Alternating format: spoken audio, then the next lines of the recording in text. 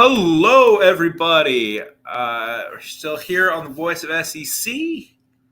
Keep my name up as I gonna check audio. Why is this game on ESPN Plus? I will never know. That's tough for everybody involved. Win money on sports with Underdog. I don't care. How is everybody doing tonight? Let some people pile in as we get this. We got a busy night tonight. There's some recruiting news to talk about. There's some college football. Okay, we're good.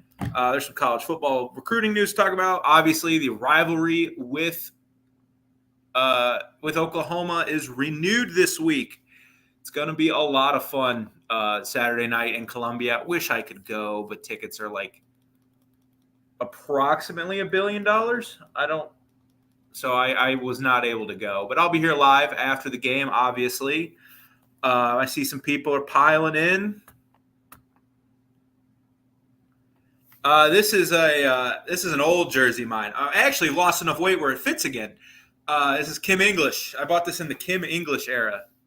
I was in high school. It actually fits again, which is so nice. I'm a dork and I wear long sleeves. So we're going to break down OU. Obviously, this is a football-centered YouTube channel, so we're going to focus on the football tonight with OU, but we will have the Missouri basketball game on. When we kind of get through the OU stuff, we'll hang out. Because we're going to be here 2 hours. I could talk about OU for a long time, but we're going to hang out. We'll talk. We can talk about some Mizzou football memories. We can talk about and we'll talk about the basketball game, obviously. But let's keep it focused on football for the time being.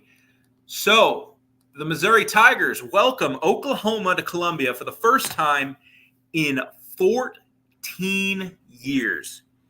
My, what a long time ago it has been. The rivalry is back. The Tiger Sooner Peace Pipe. Welcome back.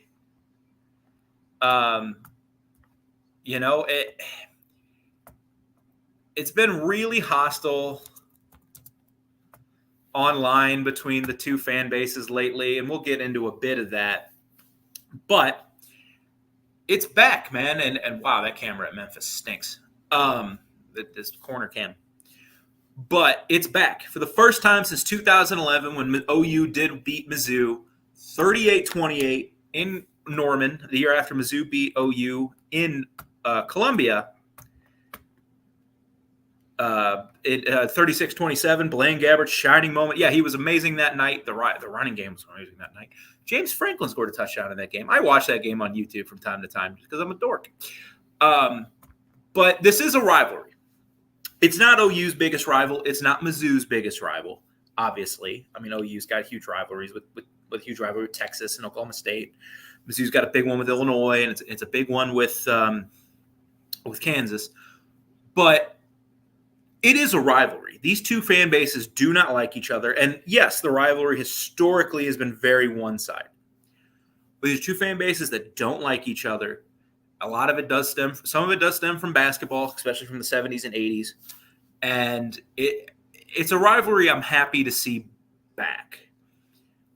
It's the rare instance in conference realignment where we've seen a rivalry get separated and then it's brought back together.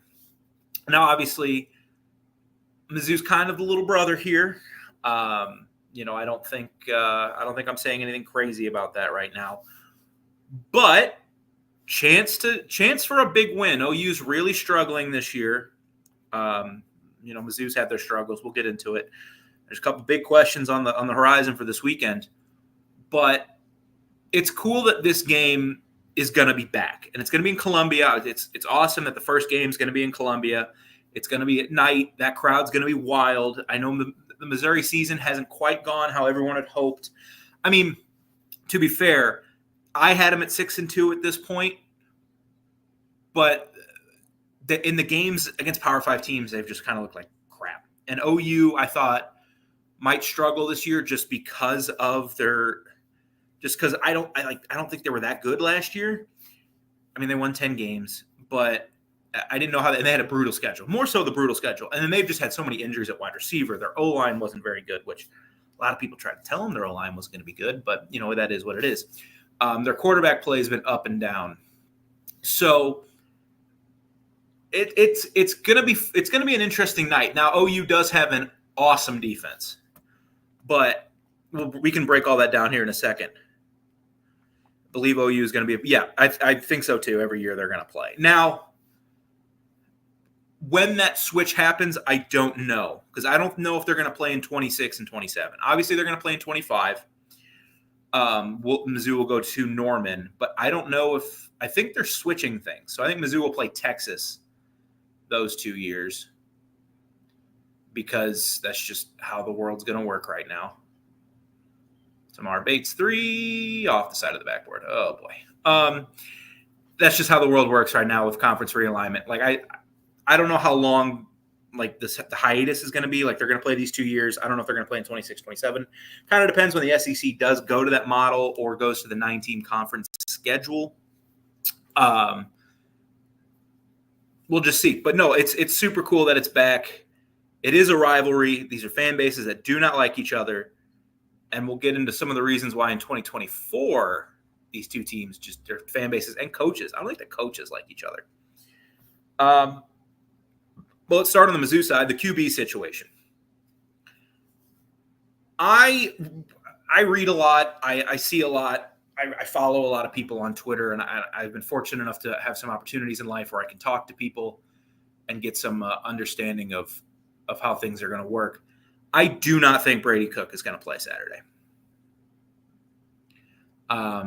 He got a second X-ray that tends to lend credence to the fact that he's hurt. It was his hand, obviously. He's still got the hamstring or the ankle issue, excuse me. But he's hurt, and I just do not think he's going to be available. So it's going to be Drew Pine.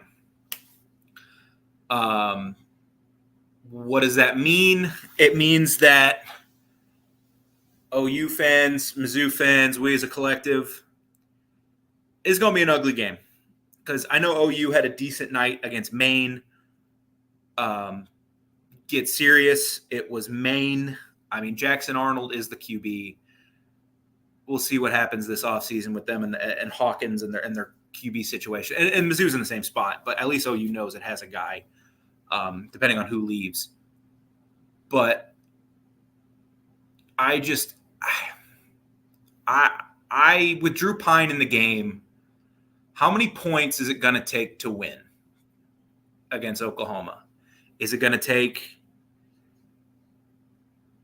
17 points? Like, Oklahoma's got a great defense. It really does. OU has got an awesome defense. Can Mizzou with Drew Pine get to 17 points? Can they get to 20 points? I have doubts. So that means that defense that Mizzou has is going to need to play its tail off.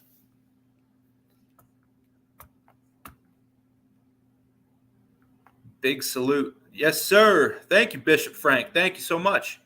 I don't know what for, but I appreciate it. Appreciate you be hopping in here. God, my hair's a mess. But the QB situation is going to be interesting to watch if it is Drew Pine, and I'm fully led to believe it's Drew Pine. Now, if I'm Brent Venables, I'm preparing for Brady Cook, and then if Drew Pine plays, you just adjust. Like, you can adjust to Drew Pine. He's just not good. And so the Missouri offensive line is going to need to have a night. And that includes Caden Green, and he's a big reason why things have gotten so hostile between these two fan bases over the last calendar year. Not even the last, calendar year, basically, because I remember where I was when Caden Green announced. A lot of situation going on there, and then OU fans calling Caden Green's leaving bad reviews on Caden Green's dad's business. And it's gotten a lot of accusations of tampering. It just was a really ugly situation online. Now, and personally, I don't think – Tony Perkins is playing. Okay, cool. I don't think it was that big of it's just a transfer. And then Mizzou also has Theo Weiss, who could have went to the NFL last year. I think we all know why he didn't go to the NFL last year, and it was to play in this game. And to be fair to OU, when healthy, Oklahoma's got an awesome wide receiver core. It's just not healthy. So those guys, and we've been asking for it all year, those guys will need to step up. Burden and Weiss need to have their best game of the year. If they don't, Mizzou's not going to win this game, barring an unbelievable defensive effort. And that includes like a touchdown defensively. Like those two need to be great because of the quarterback situation. Sooners. Man, I'm excited for this game. Like it's gonna be an ugly game, but like it's gonna be so cool to see these two teams on the field again. I would be shocked if this game is like 31-34. Because OU's defense is awesome, and I don't think their offense is very good. Mizzou's defense is pretty good, but I think OU's offense kind of stinks. Maybe Tommy Reese was better than we all thought for winning games. Yeah, they did win. He went 8-2 as a starter.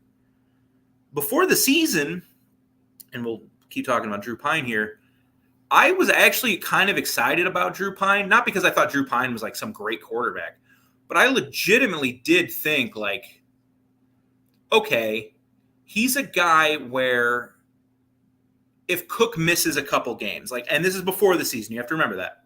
I'm like, if Cook misses, at the time, I was thinking any Boston College, Vandy, Murray State, Buffalo, UMass, Mississippi State, and like any of those games, Drew Pine could probably win you those games because I think he's a pretty decent quarterback.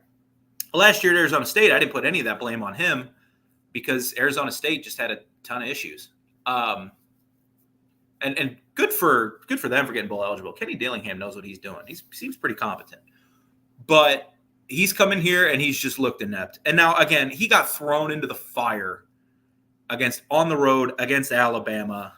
Like, that's not exactly maybe the most fair evaluation. Like, now he has a full week. He knows he's going to be the starter. If he is the starter, Cook may play. I just kind of reading tea leaves. I don't think so. I don't think he's going to play. But the other thing that's going to need to be strong is the run game. Now, I haven't seen anything about Nate Noel. If there was something, I just missed it. I do work, I do work at a bank, so I do work 9 or 8:30 to 5:30. I can't be on my phone all the time. So if I just miss something, I miss something, but I haven't seen anything about his availability for this week. If I was Mizzou in the run game, and I guess we're kind of moving off more towards the offense than just the QB situation, but I guess it all has kind of if I'm Mizzou, I know if Nate Noel doesn't play, the goal is going to be to play Marcus Carroll, who is a good running back, but he's like a power back who I don't think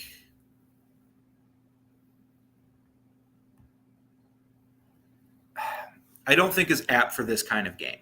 I think in this kind of game, Mizzou's, and that could be Lacey, and you can burn his red shirt, which I don't think they want to do. But Tavares Jones has had some nice moments, and he works hard apparently in practice, and he, Drink says all the right things about him. And Jamal Roberts have a little bit more burst. I want to see them, especially in a game like this where points are going to be at a premium. Like OU's defense is really good. They're safe. They might have the best safety tandem in the country, besides maybe Ohio State.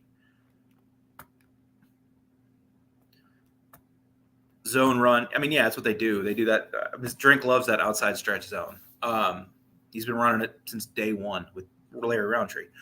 I want to see more of an explosibility because points, they're going to be at a premium, guys. They just are. I don't think either team's offense has the ability to go out there and put up 30 points. And even if Brady Cook was healthy, I still think decent chance points are at a premium because this offense hasn't shown me anything this year that they can go score 30 points against a really good defense. Like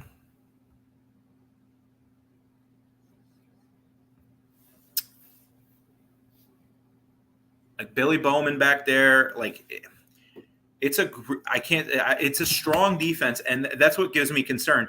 My biggest concern for Mizzou offensively, and this is going back to the QB, if they turn the ball over, wow, my voice got really high there. If they turn the ball over there and they give OU short fields, which can happen because they got some guys in that secondary, and Danny Stutzman's a good running back, or good linebacker, sorry. And Kip Lewis has had good moments. Like their defensive line hasn't always been the greatest, but like their back seven's as good as a lot of teams in the country. I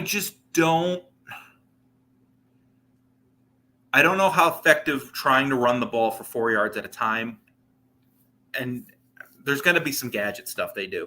As David, and I bring that up because I see David in the comment section. I would use Bird in a lot of different ways, screens, end arounds, put him in the backfield. This is the game Weiss came back for. This is the game Burden came back for. I know you thought you had a shot at the playoff, and I don't think you have it right now. But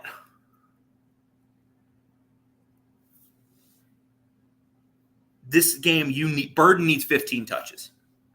I don't care if he goes for 40 yards. At least you tried. 15 touches for Luther Burden. It can be on Wildcat. It can be on end arounds, screens. It does not matter. No, you're good. I saw. I thought I said that. I'm like, okay, good. He isn't, because I was like, we're not doing this again. And he missed a 3, and they got a board and kicked it out to Bates. Burden needs the ball 15 touches. And Weiss, you probably need to manufacture 7 to 8 touches. Now, again, he's not a guy that you're going to give a ball on an end around unless you're playing NCAA 25, but screens, just different things. Because this offense has shown no ability to throw the ball deep, and Burden's really not he has the ability to do it, but he's not like a route running deep threat guy. You need to get him the ball and let him make plays. Again, I'm saying this a lot, but I don't think a lot of points are going to be scored in this game. Get your best players the ball as many times as you can. What are we reviewing here? It's a good follow by Grill. It's just a good team. Like, it's just a good defense. And with Drew Pine, man, like, you're just going to need to be able to put up points. And I don't know how you're going to do it entirely, but here we go. But defensively, I think Mizzou is set up to have a big game. If I'm Johnny Walker, if I'm Chris McClellan, Zion Young, Nwaneri, if he gets snaps, Ja'Kai Lang, I am salivating, because that OU offensive line has been awful this year. It's been awful. And there's just, like, you can't fix a bad O-line at this point in the season. You can scheme around it and try, but you can't hide a bad O-line. And up and down, it's just been pretty bad. They haven't been able to run the ball, and Gavin Sawchuk, I thought I saw was hurt. I don't know. Saw something. But they haven't been able to run the ball effectively all year. They haven't been able to throw the ball effectively all year. If their defense, or if the Mizzou defense can play like they did for the first half against Bama before things just kind of fell apart because they were on the field for every other snap, I think that they can have a very strong performance, a super strong performance, and they're going to need it. Jackson Arnold is a really talented quarterback. And I keep seeing OU fans talk about, like, oh, the energy since they fired Seth Luttrell. I'm like, you played Maine. Like, God bless the Black Bears, and it would have been really funny if they beat Duke tonight, but you played Maine. Like, relax, guys. And they put up 60-something points or 50-something points. Like, they put up a big number, but I'm not taking that seriously. I'm sorry. But they do have, their injury report hasn't come out. Like, I don't know if Nick Anderson's going to play, Deion Burks is going to play.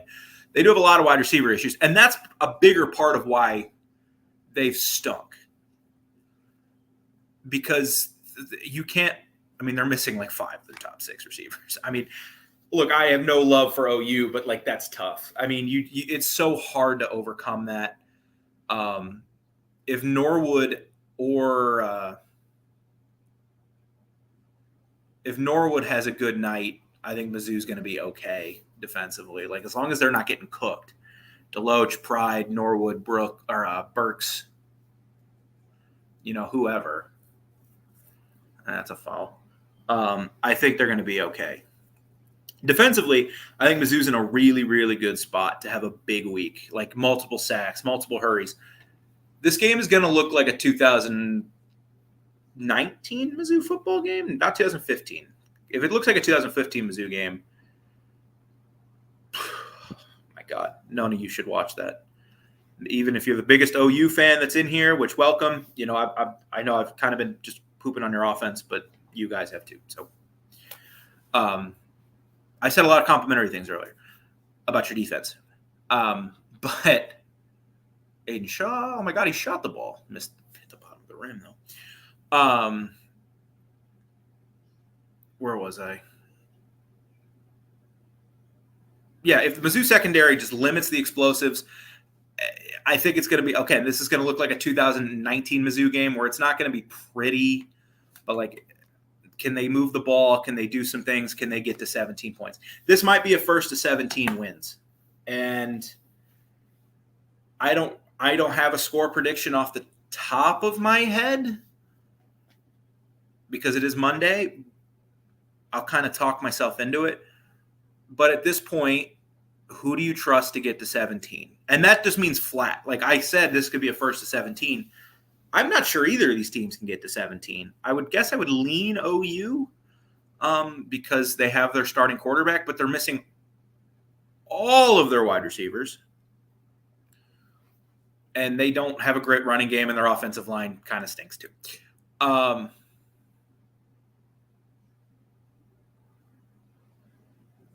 I'm super confident in the fact that this game is not going to be played in the 20s or 30s. If it is, both DCs need to have long looks at each other and find new jobs.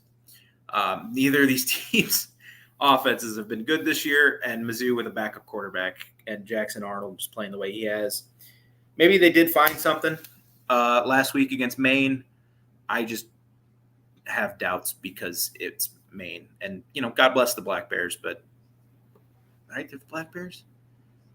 I don't even know. They make the tournament every once in a while.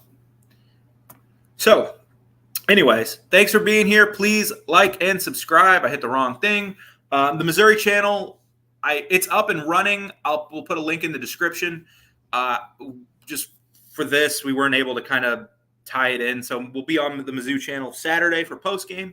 We will be live, right after the game. So that could be like 10 o'clock. So like and subscribe. Like and subscribe to all our channels, guys. The Voice of College Football is up and going. We are here, and we're not going anywhere. We're just continuing to grow. We're getting new channels like Missouri. Rutgers just got a channel. I'm fairly sure I saw Kentucky on the list of people that are getting a channel. Mark Mitchell, Aiden Shaw, Tony Perkins. It's an interesting lineup. But yeah, no, we're really excited about what's happening in this, and they still can't rebound in this environment, and we're only going to go up from here.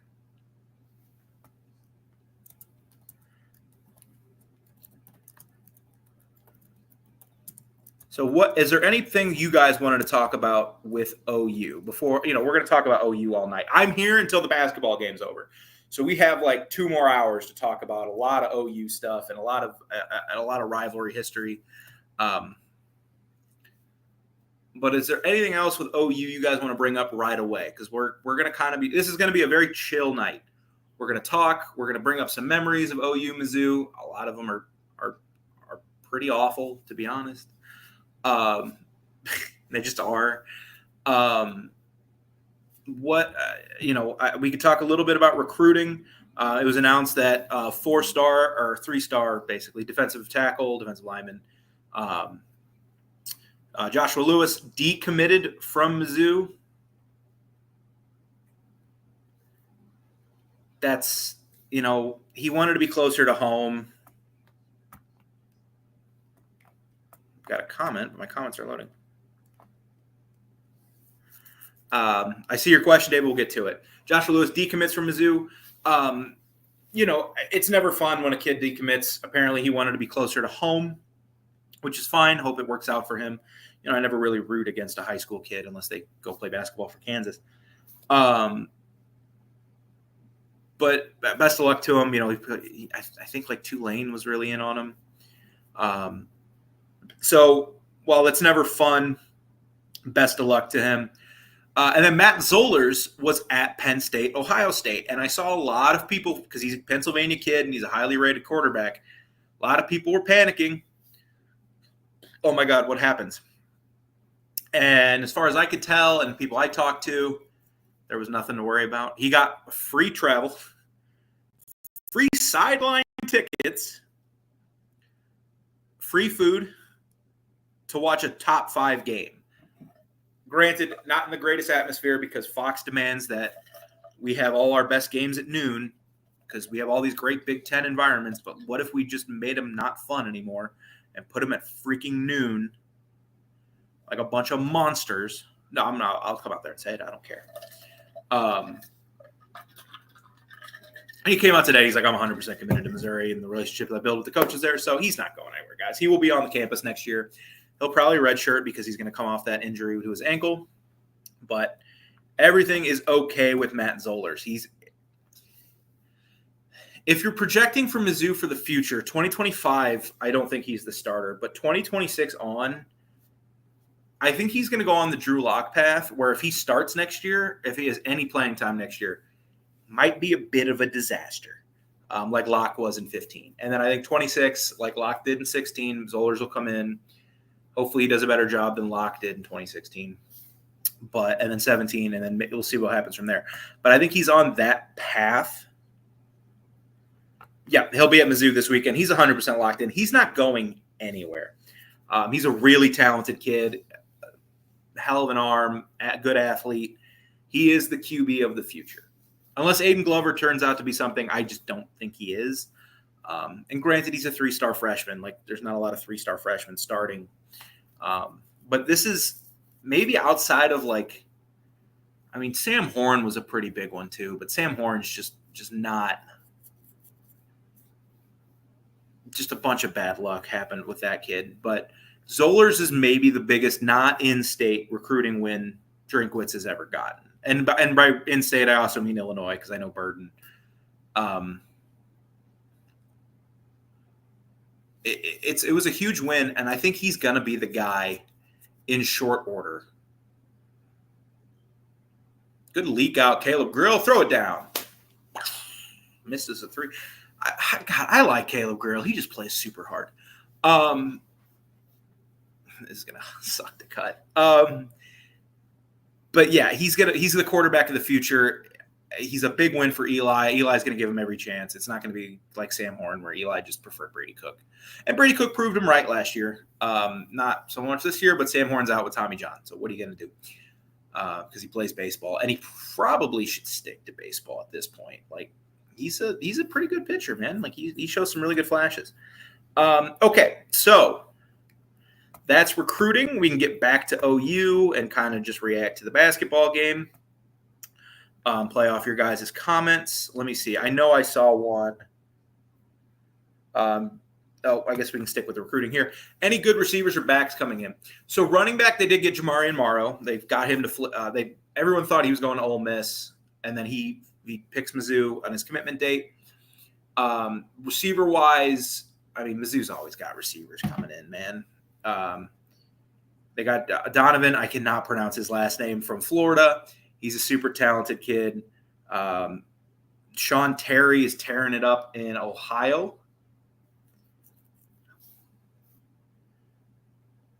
as a 3-star kid. He's super talented. They're still, I think, trying to flip some kids, maybe like a Jacob Washington.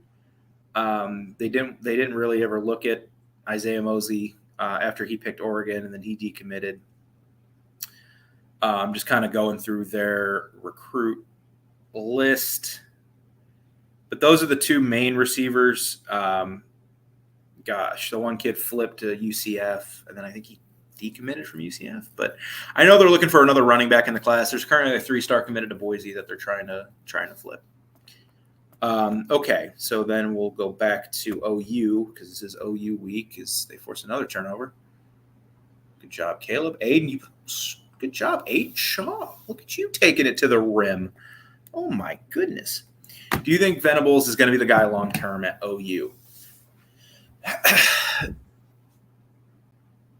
I don't think so. They go like 7-6 2 years ago, and then last year they had a really good season, and this year, but I don't think this year's all his fault. I think they've had a lot of injury issues.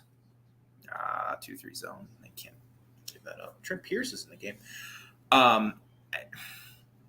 I think his OU tenure, like let's say they lose to Mizzou this weekend, they lose to Bama, they lose to LSU, and they so was that finishing like 5-7, 4-8. Let's look at their schedule real quick. I know they got Bama, I know they got LSU.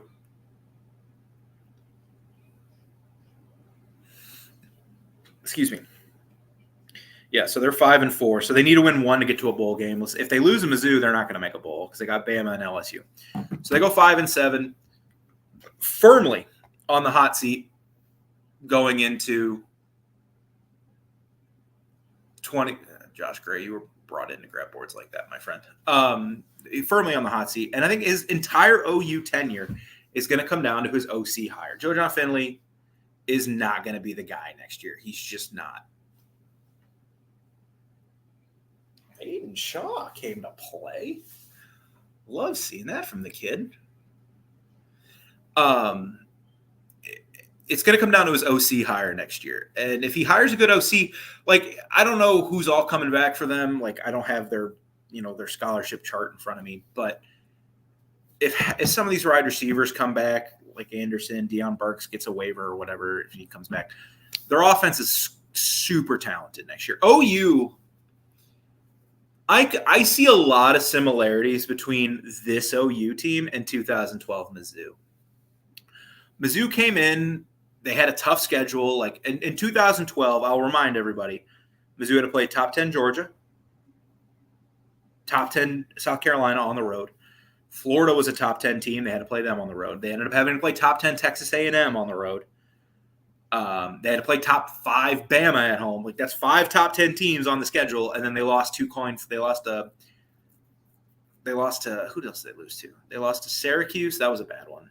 And then they lost to beat Tennessee.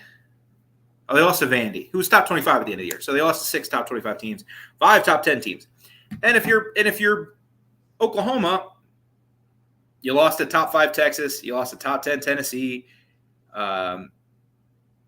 You did get boat raced by South Carolina. That one kind of hurts. But their O-line has just been so bad. There just been injuries galore. They can't figure out the quarterback situation.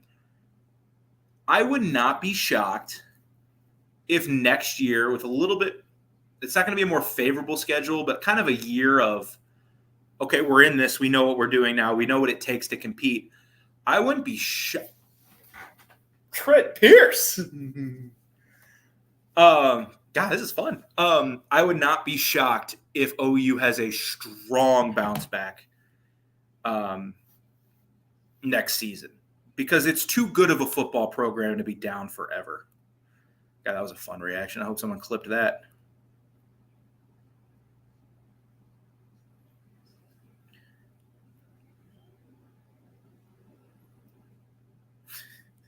Again, I'm here for 2.5 hours, guys. So if I'm on my phone for like 2 seconds, I apologize.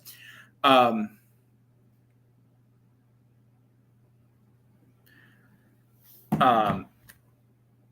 think OU, if they make a good OC hire, I think there's a decent chance OU bounces back and wins 9-10 games next year and is in the thick of the playoff hunt. The issue, of course, is going to be the schedule. I don't know their non-con. Just talking about Venables. Let me look at their. Come on. Pull up their schedule. Let's go. So they got Illinois State. They got Michigan, but they get Michigan at home. And then they got Temple. Why are you guys going to Temple? If there's any OU fans here, I think Bishop. Yeah. Sir, why are you going to Temple? Please tell me that game's getting bought out. I don't want to see OU at Temple. Okay. But in SEC play, obviously, you got Texas, who's going to be breaking in Arch Manning as their quarterback. They go to Bama. They got Auburn, LSU, Ole Miss at home. And they got Missouri at home. And they got at South Carolina, at Tennessee. Like, that's still a brutal schedule. But I would not be totally shocked if they flip it around and win 9-10 games next year. OU's too good of a program to be down forever. They just are. I mean, Ohio State, I think, is like the only program I can think of that's completely foolproof.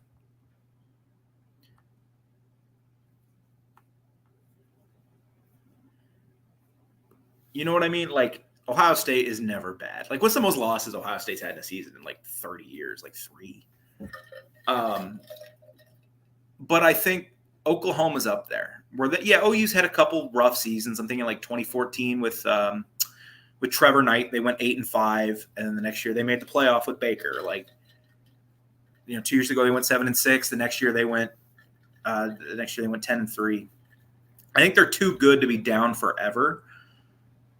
But we said the same thing about Nebraska. We said the same thing about some other program. Like Tennessee's fallen on rough times.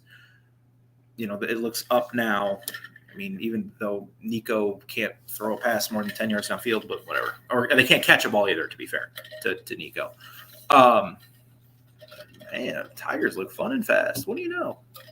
Who was right? This guy, hopefully. It's for 12 minutes into game 1. But I think OU will be fine long-term if they get the right OC. Now, I don't know who that's going to be. The OC everybody's going to go after this year is Indiana's. He's going to be he's just going to be on everybody's list, much like Washington's OC was, and his name is escaping me, and that's really going to bother me. And he ended up taking the Seahawks job. Ryan Grubb. There we go. That guy's going to be –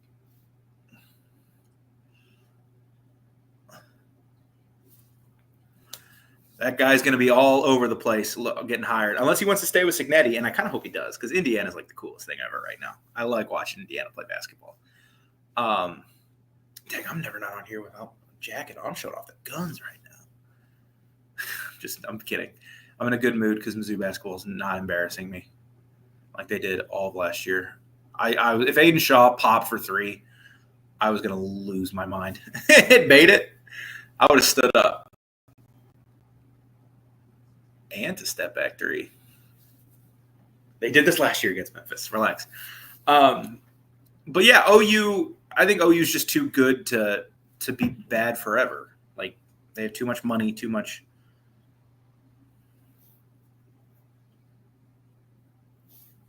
To be down forever.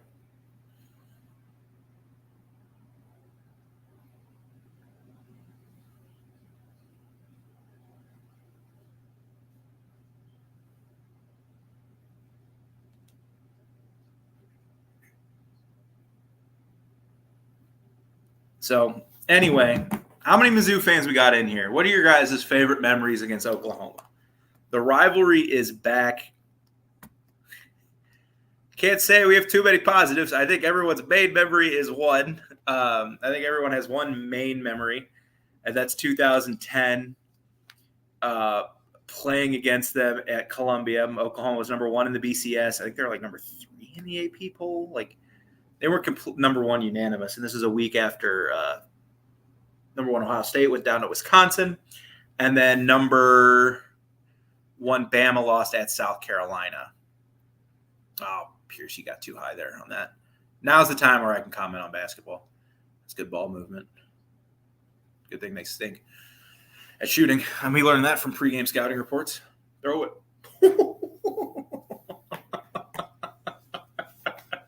Please play like this all year. I'm going to throw it in so many people's faces on Twitter. But, like, everyone remembers 2010. They have awful memories about 2007. No one ever wants to talk about 2008 because, like, 2008, that Big 12 title game, like, that was a death march, man. Like, Mizzou lost to Kansas, and we all knew what was coming. Look at Ant throwing the lob. That's what, 2? Aiden got 6.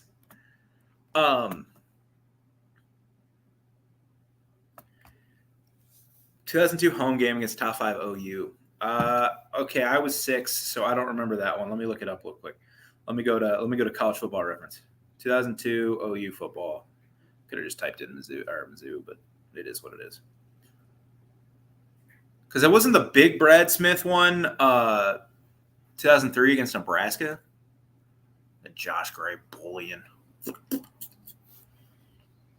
Let's see. 31-24. Mizzou competed. Of course, they have nothing to show stats. Brad Smith, 19-39. Oh, he did throw 3 picks, but 213 yards on the ground. Yeah, all right, fair enough.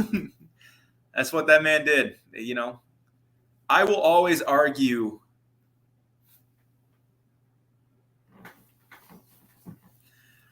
I'm probably a little late, you guys. I just saw the Trent Pierce pull up 3. I will always argue that, and we'll talk about Brad Smith, guys. Now we're just kind of hanging out. Whatever you guys want to talk about, we'll talk about. I'll react to the game, but you know it's kind of hard not to when Mizzou's playing like this. Brad Smith, I will always argue it is harder to take a program from bad to like decent. Like I think the jump from 3 wins to 7 wins is harder than 7 wins to 10 wins. Because I think a lot of that kind of stuff deals with schedule, injuries, luck, a little bit of close game luck, things like that. I think that is easier to do, and it's not easy, but I think it's more on line with everything than the other way around.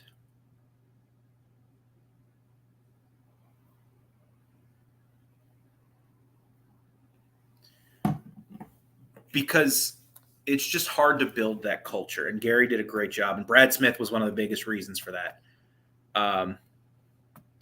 No, I completely agree. He saved Mizzou football. No, not to dwell on Brad Smith forever, but we do have 2 more hours of this. No, he absolutely did save Mizzou football. Like without Brad Smith, Mizzou's not in the SEC. Mizzou doesn't have the brand it does now, which, admittedly, probably not the biggest brand in the world, but it's a brand, man. Like it's a top 30 to 35 program in the country, and who knows where it is if he doesn't do what he did. I mean, I think that leap from like, is Trent Pierce going to make it? Oh, that would have been awesome. His stroke is so good. It was annoying how bad he was shooting the ball last year because he can shoot. He's going to rip another one. Oh, dunk that. Trent Pierce, dude. If Mizzou's 4 spot is a Mark Mitchell and Trent Pierce playing like this, oh my God.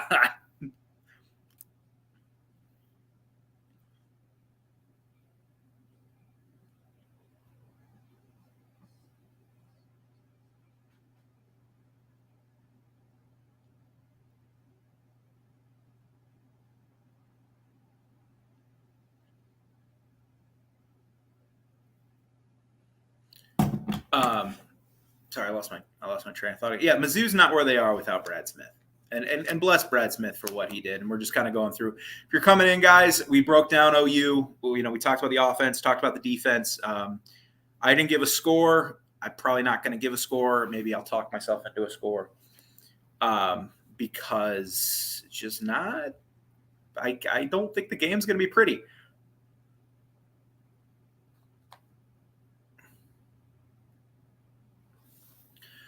But, now we're just kind of hanging out. We're doing a Mizzou live basketball watch along. I know it's a football channel, but We're going to keep it football centric with the talk. We'll react to the game, obviously, but I'm not going to go into Mizzou basketball recruiting and all this other stuff, But right now, we're just kind of talking about some memories. OU fans, if you guys want to have if you have any memories of Mizzou games and you keep it clean and not too trash talky.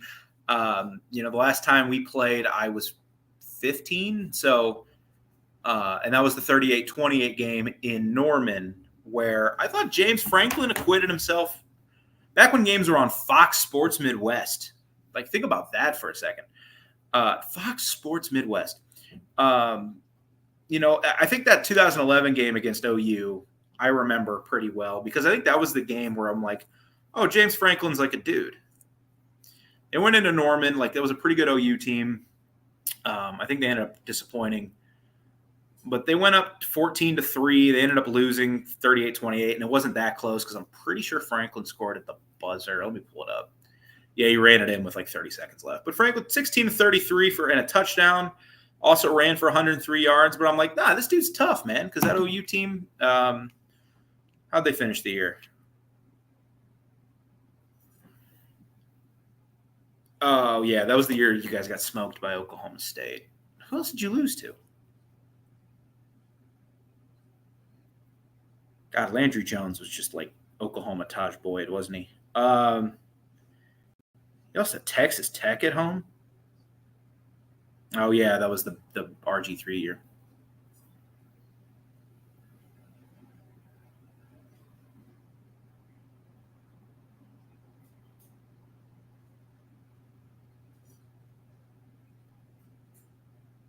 Joel Myers on the call. Yeah.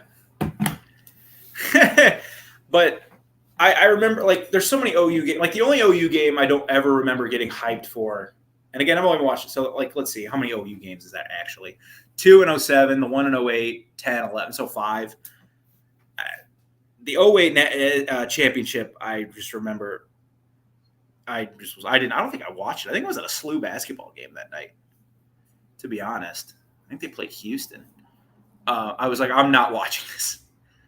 Like, Mizzou was coming off an upsetting loss to Kansas. Like, their national title aspirations were cut short months ago when they lost to Oklahoma State, and then they got murdered at Texas. Like, and then they lost like 62-17 or 62-21, and it wasn't like even that close. And of course, Bob Stoops liked running it up on people, which, fair enough. Like, yeah, it was the BCS era. You kind of had to do things like that. I don't necessarily blame Bob Stoops for doing that.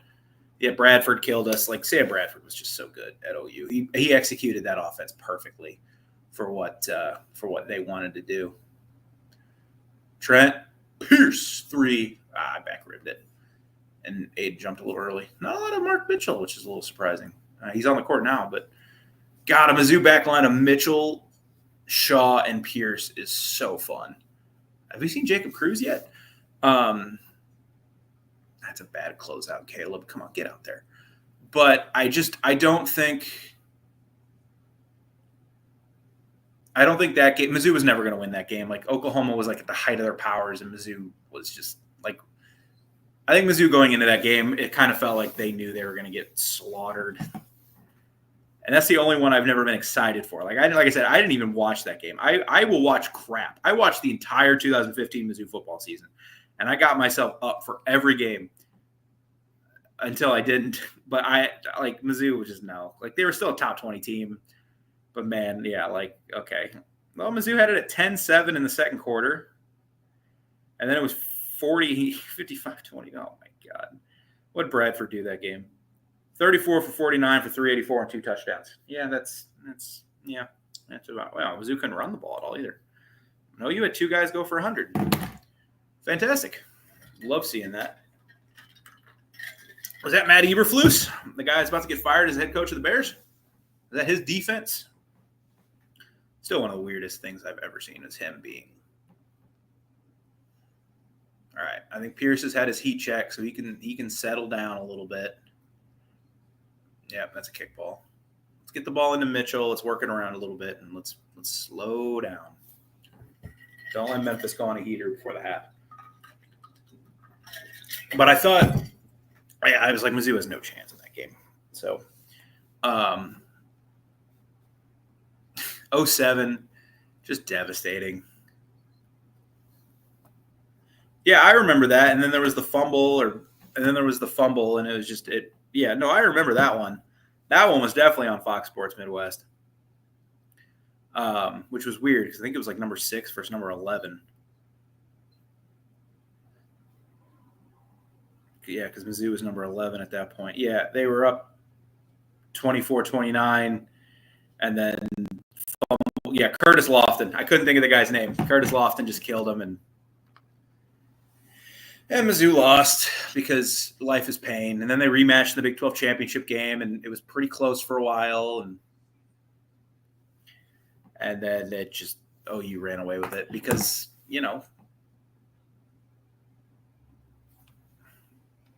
teams do that kind of stuff when you have the talent OU and the talent versus Mizzou. Like, that's the issue Mizzou's always run into as a program. Like, they'll have really great seasons, but then they'll play the programs that are just better, and they can't win those games. And now, to be fair, that's not an issue just Mizzou has. Like, I'm thinking of, like, Wisconsin always has that issue where they just cannot get over the hump. We saw in 2013, Mizzou was really damn good. I think that's the best Mizzou team in my life. They went to go play Auburn. Auburn just had more talent, and Auburn got it done. It is what it is. 14 against Bama. Like, obviously they were never winning that game, so there's no point in even discussing that. But last year they go to Georgia, the SEC East on the line, and drop it, unfortunately. So just one of those things. That 07 SEC, that 07 Big 12 championship game will haunt you. I don't think Mizzou beats – good take. I don't think Mizzou beats LSU either, because I think LSU just kind of bullies them and punks them like they did 07. Yeah, like they kind of did to Ohio State. But, man, like, if we had gotten West Virginia, Mizzou, like, I think Mizzou could have won that one. So super just frustrating. Like, you see how many times Mizzou's come close, and just life's not fair, man. That's why I want Mizzou basketball to be good, and they're off to a really good start tonight. So we end the first half. I've got 45 seconds left. Josh Gray, top of the key. He was looking for Mark Mitchell in the post. Oh, he's going to take it to the rim. Dunk it. Ooh, it got blocked. Mark Mitchell to follow up. Mark Mitchell's such a good player, man. That was a huge – I think that's like the most – I don't understand. Mizzou fans were not excited enough for Mark Mitchell. He's a good player, and he's a really good defender. But yeah, Mizzou OU, just not a lot of great memories there. A lot of disappointment, except 2010. Like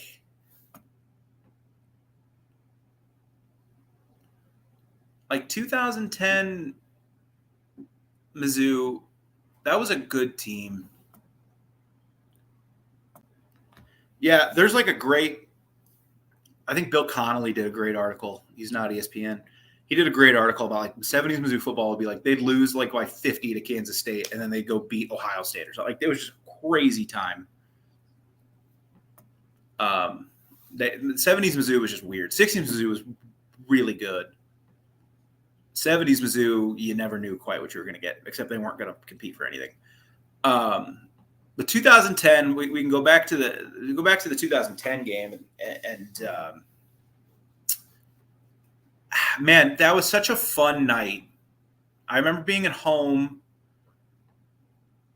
and I remember being like at home, and like I didn't think Mizzou was going to win. I'm like, oh god, like I've been haunted by 2009 against Texas and Nebraska when they got destroyed in home games against good teams. 07 and 08 against OU, and Texas in 08. Like, I just remember being haunted by some of those games, and I don't think. Let me look up 2010 Mizzou real quick. I don't think Mizzou at that point had looked really good. They needed the TJ Moe miracle to beat San Diego State, who I don't think was that good that year, if I remember right. They beat Illinois, but they didn't look great doing it. And Illinois, I think, made a bowl game that year. 2009 and 4, like they weren't bad. Miami of Ohio, they looked pretty good. They got Colorado. They went to A&M and dominated, and A&M ended up winning a ton of games that year. They went 9-4. So, like, I should have had more hope. But, like, they get OU, and it's a huge game, and Musburger's there with Herb Treat, and you are looking live at a sold out. And then John McAfee takes a kickoff return, and that's, like, the loudest I've ever heard Faroe through a TV screen. Because a lot of the games that were important later, I was at them, so that was pretty cool. And then Kenny Stills 27-yard touchdown. They came right back. I'm just kind of getting the memories are coming back. They kicked a couple field goals. OU took a 21-10 lead. Jarrell Jackson had the touchdown where he bounced off of an OU safety, and I'm trying to remember who it was. I think he wore number 1. I think he had dreads too. Oh, what was his name? It was too early for Tony Jefferson. And then Russell made a field goal. James Franklin punched it in, and then OU scored and didn't get the 2. And I remember the fans were storming the field, and let me make a banner because we'll probably talk about this game for a little while.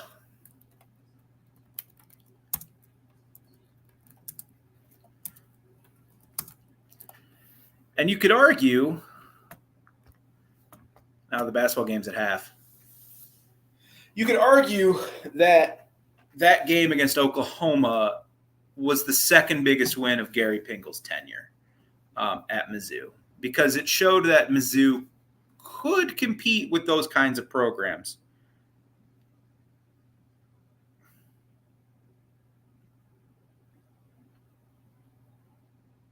Let's see. I'm going to look at the Mizzou halftime stats real quick. Mitchell's only got 4, but Mark Mitchell played all 20 minutes. That doesn't seem right.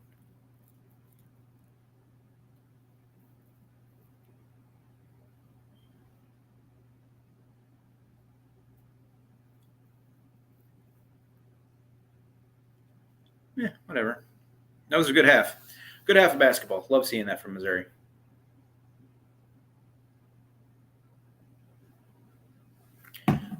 But yeah, no, man, that night was just so incredible, and it showed Mizzou could compete with those big guys. And then when you got to the SEC, and to win an SEC East championship, they had to beat Georgia, they had to beat Florida, and I know Florida was dealing with a ton of injuries when they got there. Jarrell Jackson had a huge night; he was awesome.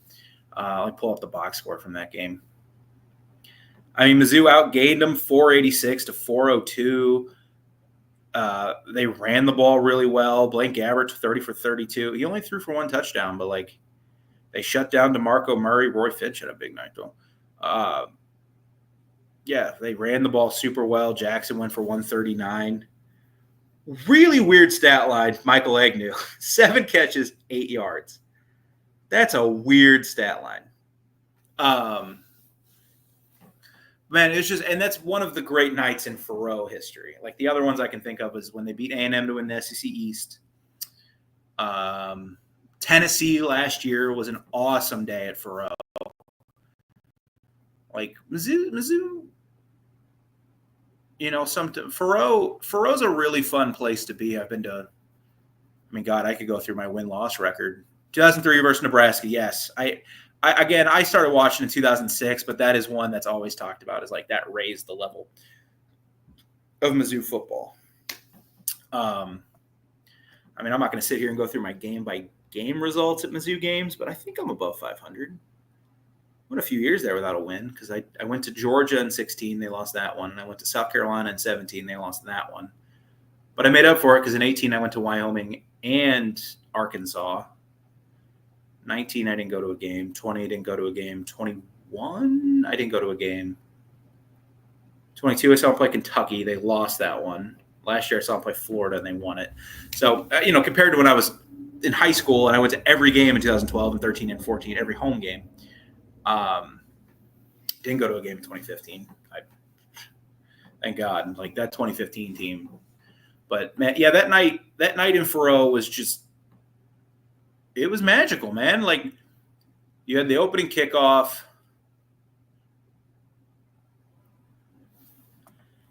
I was also at that game. I have a YouTube, my old YouTube channel. I have a video of me on the field with a friend of mine. I don't know if she was in the video. I don't remember. But I have photos of me at that game. Like, nah, man, that was a fun one too, where Baggett hit like 250 yarders to like make sure they didn't get like embarrassed in the first half, and then Matty Mock had a really great fourth quarter. Jimmy Hunt, I think, dropped a touchdown in the first quarter, or a big bomb that would have led to a touchdown. But and Mock had 2 fourth quarter drives. Golden forced a fumble. Russell Hansbrough was pretty big. Like, no, man, that was a fun game too. I remember that game. I do this at work from time to time, where I like go back and I like think about the games I went to, or like the 2013 season and 2014 season, like stick in the 2012 season too, like really stick in my mind. The only season that has, and 2015 stuck with me just because I was, you're hoping for a third SEC East, and the only season that hasn't stuck with me from like a results perspective is 2016. I was at the Arkansas game that year. Oh, I did go to that Arkansas game that year because they were down 24-7 and came back and won. Which that was, well, Arkansas, what are you doing? That team quit. Nate Strong scored a touchdown in that game because he was a big recruit out of East St. Louis, and then they never became anything.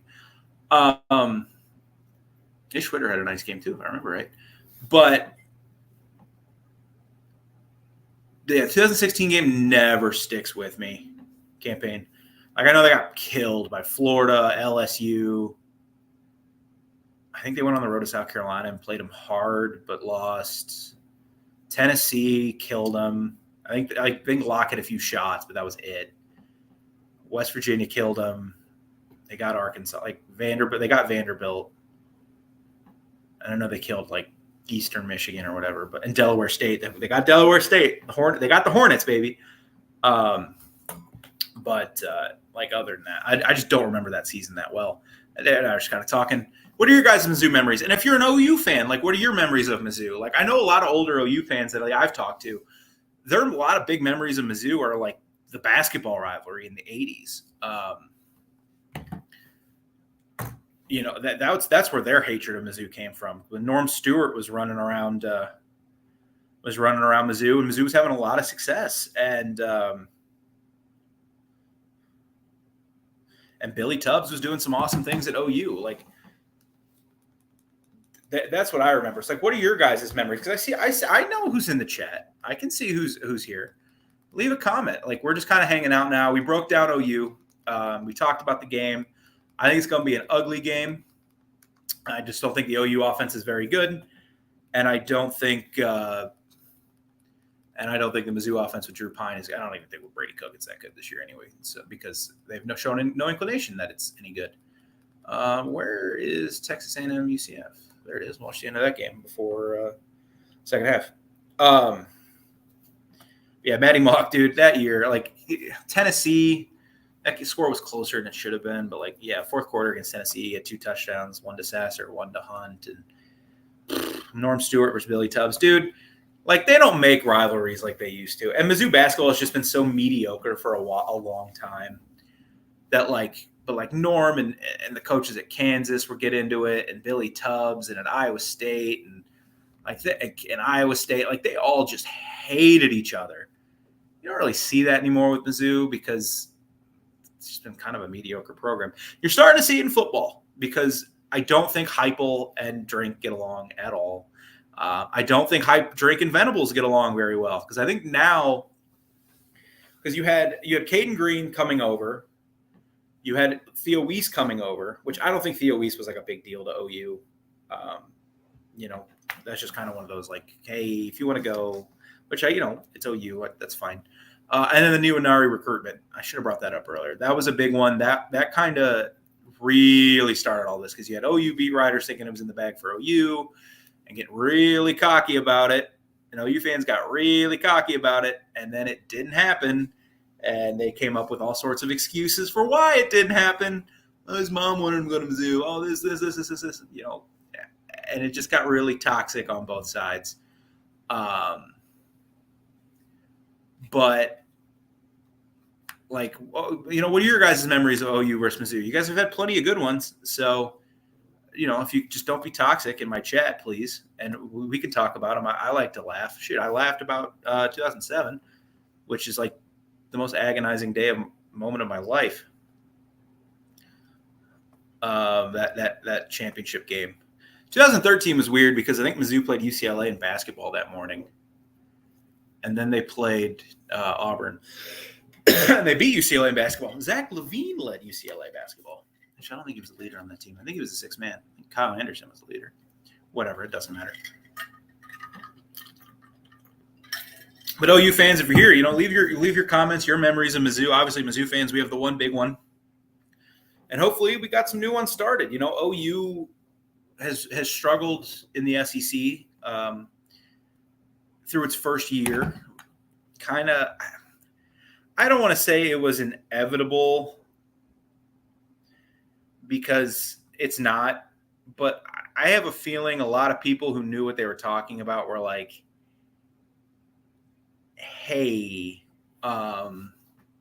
your schedule's brutal. Like, what was Tennessee? Like at home, even Tennessee had, you had what? You had Tennessee, you got Bama and South Carolina. And like South Carolina was your break game, and South Carolina's awesome. And this is before the season. And then I'm like, okay, then they have to go on the road to Mizzou, who's a top 15 team. They had to go to the road to LSU, who's a pretty good team. Like, your break is Auburn? And you beat Auburn, so fair enough there. But, like, man, UCF for the tie. Ooh, good dunk. I just think everyone kind of knew what OU was stepping into this year. And again, this OU team really reminds me of 2012 Mizzou, where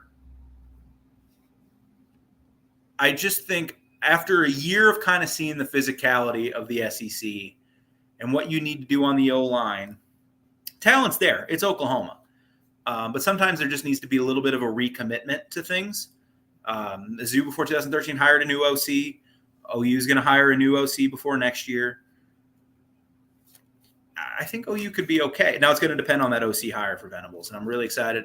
Not excited because I don't like OU, but I'm interested to see what they do. Intrigued by what they do, because I think that hire goes a long way to see, okay, what does 2026 look like for OU? Because there's a lot of programs where, like, if their coach leaves, you kind of got an idea of like who's going to be the next guy.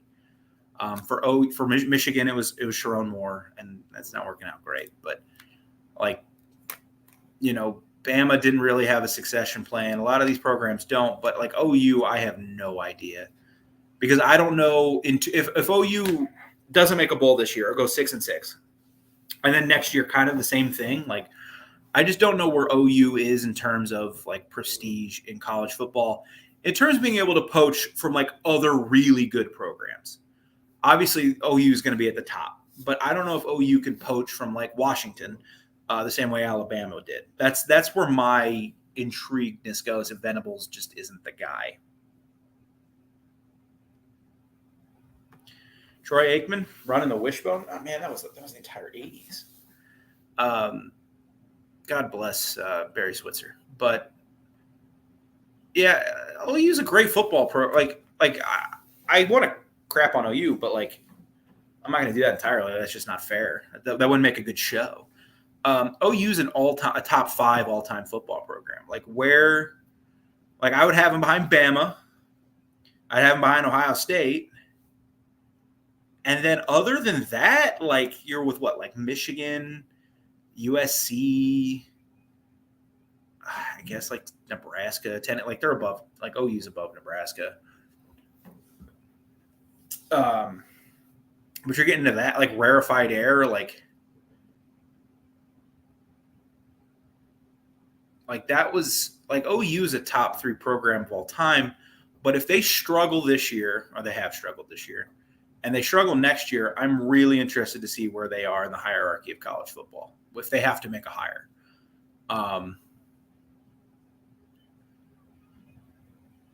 Because I don't know if they can go out and just poach from like a great program. And OU fans, What do you guys think of Brent Venables? Like, do you think he's the guy there long term? I see how many of you are in here from that channel. Like, do you guys think he's the long term option? I know you're going to have an OC search next year. Are you kind of waiting and seeing on that? Like, if you're an OU fan, why do you or do you not think Venables is the guy? Now, part of my confidence would be the defense this year for Oklahoma is awesome, and it's young. At safety, it's really young, and that's where a lot of the stars are. They know that, like, he can coach a defense. I just don't know.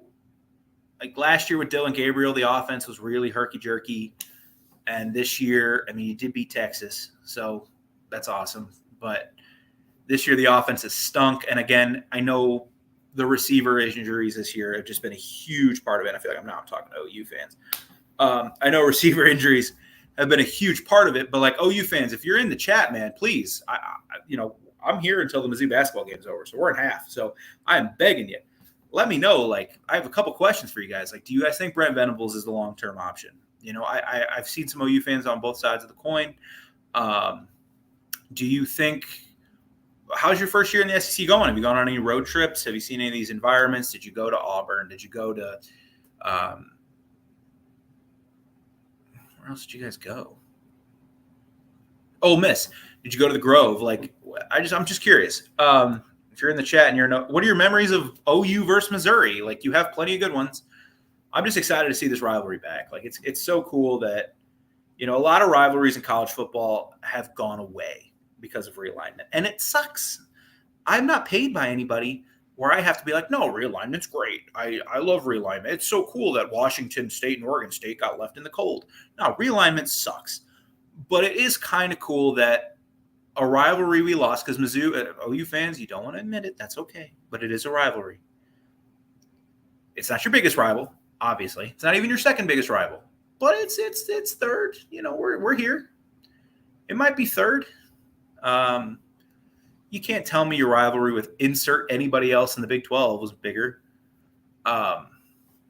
especially with some of the stuff that's gone on in the portal and recruiting, because now these two schools are butting heads for recruits. It's a rivalry. So I'm curious, like, OU fans, like, what are your memories of games against Mizzou? Like, what's your favorite memory? As long as you don't be toxic, I'm okay with that. Was it 2007, like ending Mizzou's national championship hopes? Was it just 2008 running them off the field and being like, okay, we are a legit national championship contender.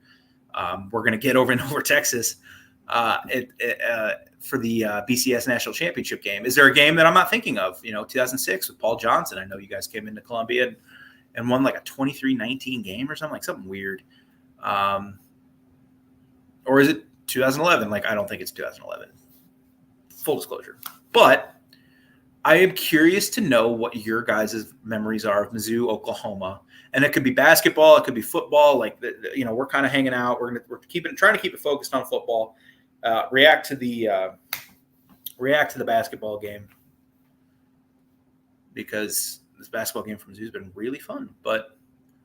And number 13, Texas A&M, is in some deep doo-doo. But I see you, OU fans. I know you're there. I can see you. I see you. Please drop a chat. Just be respectful to the Mizzou fans in the chat. Be respectful to me. Please. I mean, you can call me fat or whatever. I don't care about that. I'm losing weight. But, just be kind. Like, give your memories. Have you guys been? How are you guys thinking? What do you guys think of Brent Venables? Another question I had, is he the long-term option you think at OU? If not, who, like, even is on your radar of guys? Like, again, we're probably speaking 2 years out. We're probably thinking about 2026. But if I'm OU, here we go from Mr. Robert Buck. I'm an old head. I remember the games that Bailey Sanders, Missouri always played OU tough. I was talking about earlier with the 70s Mizzou teams, man. Like, Mizzou in the 70s was just weird. Like, they would lose by 50 to Texas A&M, and then they'd go play Oklahoma or they'd go play Ohio State, and they just they play them hard. I'm not that old. Obviously, I'm only 28. I've only been watching football for about 15 years, but I'm pulling up the Winsipedia because obviously it is very one-sided. I'm not crazy about this, but yeah, like 79, 24, 22, 24, 45, 23, 21, 17, 27, 20, 28, 27. Mizzou, a couple OU blowouts, but yeah, man, it does kind of look like Mizzou always played them tough, and because it's a rivalry, it is. Like Mizzou gets up for these games. Like Faroe this weekend's going to be crazy. Mizzou's not had the season that I think anyone's wanted them to have, but Faroe is going to be wild this. Between Arnold and Hawkins, I think it's going to be Jackson Arnold. Everything I've seen is it's going to be Jackson Arnold.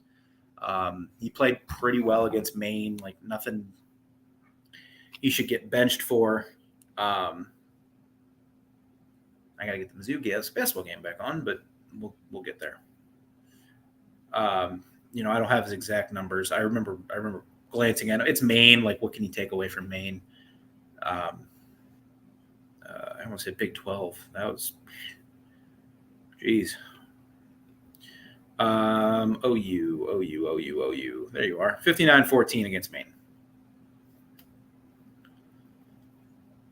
Yeah, I'm 15-21 for 224 and 2 touchdowns. Devontae Barnes had a big game. Yeah, Sawchuk was hurt. I saw that. 203 yards. J.J. Hester, former Mizzou kid, J.J. Hester. I forgot he went to OU. And I know he's played a bunch this year just because of your injuries, but he's got 13 catches. I just forget that he's there because former Mizzou kid. But by all indications, it's gonna be Arnold. So I talked about this earlier. I'm getting the feeling, reading everything, kind of reading between the lines, it's not going to be Cook. I think he's hurt. I think it's going to be Drew Pine. And I think that instantly makes the game a slugfest back and forth. You're going to feel the hatred between these two teams because I don't think these rosters like each other. And you have guys that played at OU at Mizzou and recruited by OU really hard at Mizzou and vice versa. I just don't think this is going to be a love-loss game. I just think it's going to be an ugly football game in a nice way. I mean that. But no, I don't think Brady Cook's going to play. Now, Brady Cook has the freaking heart of a lion, and who knows, maybe he steps out there. But all inclinations, I don't think it's going to be him because he got the second X-ray on his hand. If you got a second X-ray, obviously they saw something on the first X-ray that wasn't promising. So no, I don't think Cook is gonna play. And we're all kind of waiting on Nate Noel too. See if he's gonna play because that's also a pretty important factor. Like, is Mizzou gonna have their running back that's had some really explosive moments and has shown a capability of running that stretch zone scheme that Carroll just really hasn't. Like, Carroll had a couple big runs at the end of the game, but it was already 34-0. If I'm Mizzou, I'm putting Burden in those situations. I'm putting him in the backfield. I'm doing everything you can to get Luther Burden 15 touches. You're kind of playing for your season here. Like a 10-2 season, like your next two, you have Oklahoma and you have at South Carolina. Two very, very losable games. Man, I think you got to go all out for this one. I think this is like kind of your last stand for the year because I don't think they're going to make the playoffs. Like, if you beat OU, that's still a really success, and you win 9 games. That's still a pretty successful season for Mizzou. Mizzou fans can be disappointed, but you can't outright look at 9 wins and be like, ugh, like you just can't do it. It's disappointing. Like, you can be like, kind of like 2008. Where people are like, still a really good season, but man, like they could have done more. But you can't be outright mad at a 10-win season. That's just not, or an 8-win season or a 9-win season. Like 8 wins, we'll talk. It's just not how it works here, unfortunately, yet. But yeah, I just think this is going to be like a 14-12, 13-10, like just slugfest. I think it's going to come down to, and I feel like I say this every week, who can hit like 5 explosives. whether it be in the run game, who can sneak something in the pass game. I don't know how well Mizzou's going to be able to pass deep. They haven't done it all year, and I don't think OU's the team where it's like, oh, now is the time you're going to hit your deep shots. But Theo Weiss came back for a reason. He's if you're going to have he had a huge game against Buffalo. He went for like 150. But if you're going to have a huge game, now's the time. Now's the time. You still should beat Mississippi State. You should beat Arkansas is losable too. I'll throw that in there because you never know which version of Arkansas is going to show up. But man, give Burden 15 touches, Weiss 7-8 touches. Give your best players every opportunity to win the game for you. And if you don't, you're going to lose. I mean, it's that simple. Like if Mizzou's best players on offense don't do what they need to do and don't put up some numbers and don't get touches, which sometimes isn't really up to them, because it feels like every week now Burden's not getting his first touch until the second quarter. And I don't know if that's just like a rhythm thing. I really have no idea what's going on there. Basketball's back. Mizzou 47. Oh, I missed like 3 minutes. Ew. Look at Josh Gray defend. Oh, no, it's Peyton Marshall. Didn't expect to see him. Look at him being physical. No Boateng.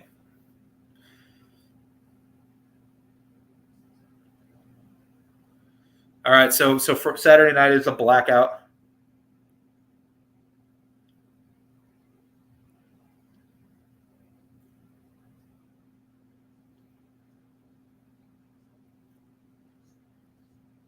It's like the third Caleb Grill dunk, dude. He just leaks out. Gray has 4 fouls. Yeah. I mean, again, I don't want to talk too much basketball, but I think the hope is we're an hour 20 into this now. I think the hope is with that position that Peyton Marshall's playing more minutes than Josh Gray is. Josh Gray does seem like a great guy, a kid though, like a good culture guy. So, but he just gambled for a steal there and gave up a dunk, and he had a foul coming back the other way. So I don't know what exactly the hope is. We'll see what he does offensively. Good pass. Hit it, Caleb. Oh, God, Grill.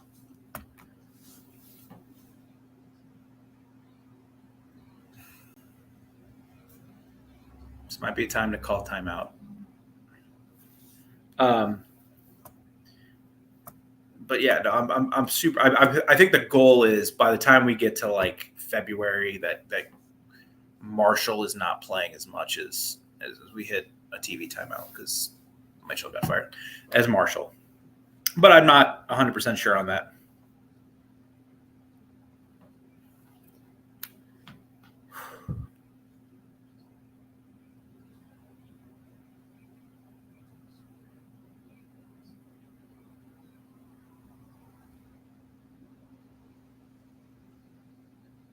About to say, I was like, I don't think Boateng's played. I thought Boateng would be a part of this rotation tonight.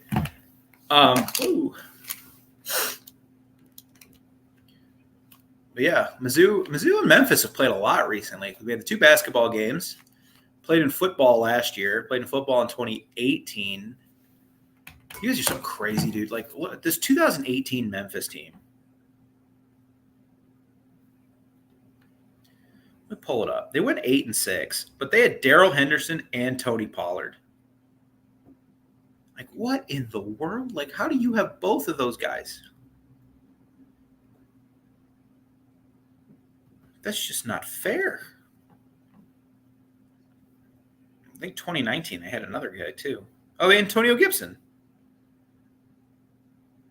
What a run, man! They had Pollard, Darrell Henderson, Kenny Gainwell, Antonio Gibson. Like low key, mid G5 RBU for old Memphis. Like, hey, it just feels like we played Memphis a lot. In 2018, I think Mizzou beat them like 63-38. Oh. Needed that one pretty badly. I think they're coming off a huge losing streak.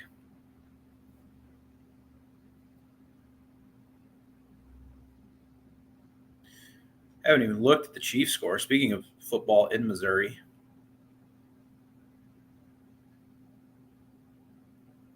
What do you want, Kitty?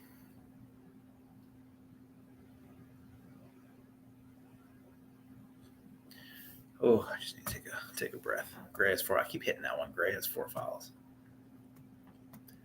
Yeah, Josh Gray, he's not going to play a lot of minutes this year, I don't think. I think he'll start. I think he'll play like 10, 12 minutes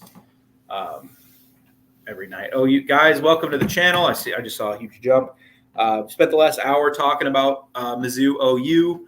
Now we're just kind of hanging back. We're gonna watch. We got the Mizzou basketball game on OU. I know you guys got a game against Linwood. Chill back. We'll have a chat in the comments. Like, what's your favorite memories of Mizzou football? We're here in Missouri live at the Voice of College Football. We will be live Saturday after the game. The Voice of College Football at Missouri. It's one thing after another sometimes with YouTube, and they're just a pain in the butt sometimes. But subscribe. We'll put a link to in the description. There should be a link. If there's not, that's on me.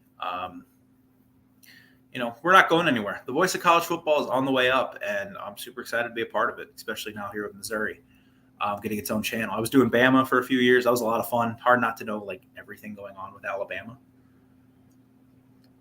That's what Mark Mitchell does, baby. Little hard not to know everything about Alabama, but I'm so happy now that I can make content for a team I love. So haven't been too impressed with Tony Perkins tonight, but yeah, now we're just kind of chilling out. We're watching the Mizzou basketball game. Texas A&M loses to UCF. They were, it's a top 15 team losing on the road. Big win for Johnny Dawkins and the Knights. So that's cool. Because our football team's having a disaster of a season until they just beat the holy crap out of Arizona, who might be having the biggest disaster of a season time. Man, I'm thinking about Arizona. You look back at years like Arizona had last year, and maybe even Mizzou, and you just look at a lost opportunity like Mizzou had against LSU. And Arizona went 9-3, won a bowl game, but they lost to Mississippi State in overtime. They lost to USC in overtime. And you're like, man, you're a couple plays away from 11 wins. And Mizzou, you're a drive or a stop away from 11 wins. And you just look back and you go, man, it's still a great year, but God, you just get mad. The only situation I can think of is 2013 Mizzou, 12-1, they would have been in the Cotton Bowl against Okie State. And at 11-2, they were in the Cotton Bowl again, or 11-2, they were in the Cotton Bowl.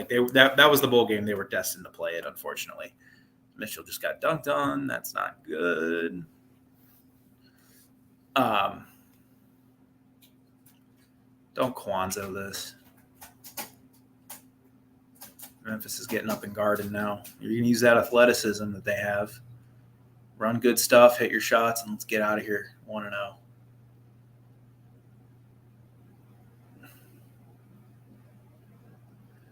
God, thank God for this Mizzou basketball uniform change. OU fans, what's your favorite memory of Mizzou football? Or Mizzou, like OU versus Mizzou? Obviously, I'm not expecting you to be like, man, I really liked it when you guys won the East in 2013, or last year was a lot of fun watching Mizzou, and I'm happy when you took Newaneri away from us, but whatever. What's your favorite memory? Just don't get too toxic.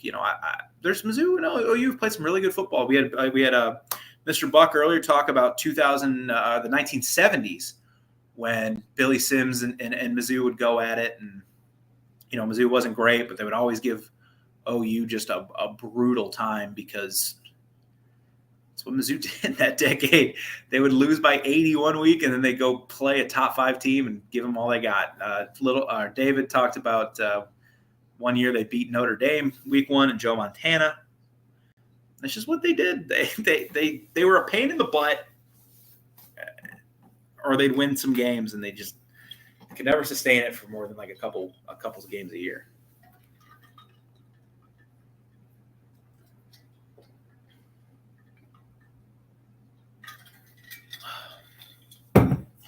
Can't remember the last time it's been since college where I've talked for this long. That's a foul.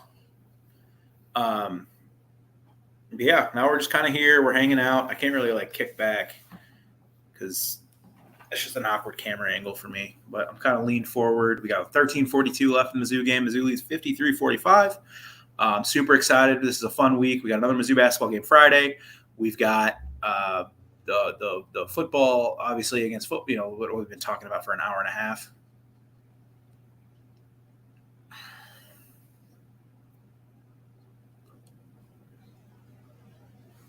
It's a good foul by Ant. Just needs to be a little stronger.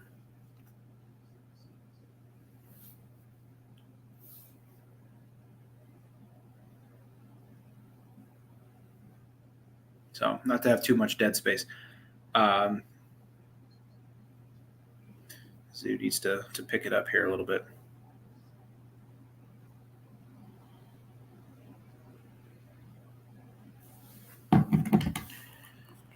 But OU, you know, it's a fun little rivalry. Obviously, you know, I've said it a few times tonight. Mizzou's not OU's biggest rival. OU's not Mizzou's biggest rival, but it is two fan bases that hate each other. And I have found in the SEC, man, my least favorite thing about Mizzou being in the SEC is like, I just don't think Mizzou fans and another team hate each other. I hate South Carolina, but that's because I'm petty. I hate Tennessee, but I don't think like Mizzou and Tennessee fans, like on Twitter, you got the weirdos who are not weirdos. Let's be nice, but like the guys that fight each other all the time. And there's just no, but it's not like a serious, like you get excited for it. Like even like you did against like Kansas State, like they hated each other, or Iowa State for Mizzou. Like these are obviously bigger programs and bigger names. So there's more opportunity. Oh, Ant, come on, buddy.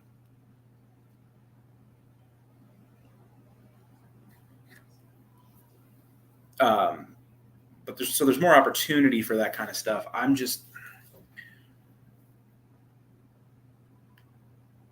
don't know. I'm very excited that like finally a team that like Mizzou, like Arkansas and Mizzou kind of hate each other. Like Arkansas, the hatred with Arkansas is so weird and funny to me because it's like, because Arkansas fans think they're better than Missouri.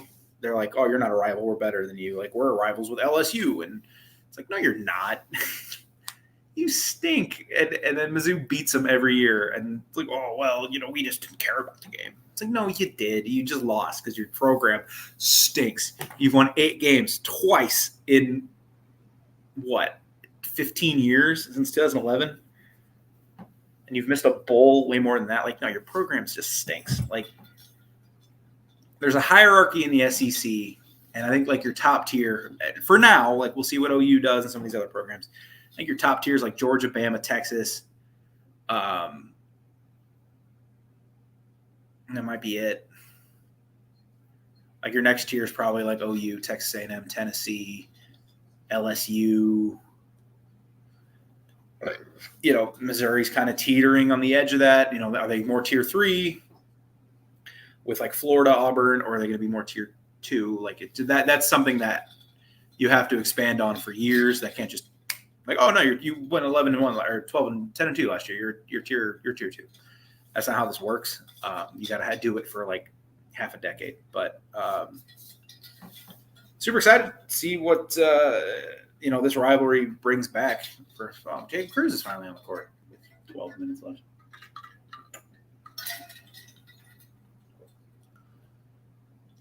That's good defense, Grill. That's a good board, Mr. Cruz. I really like Caleb Grill.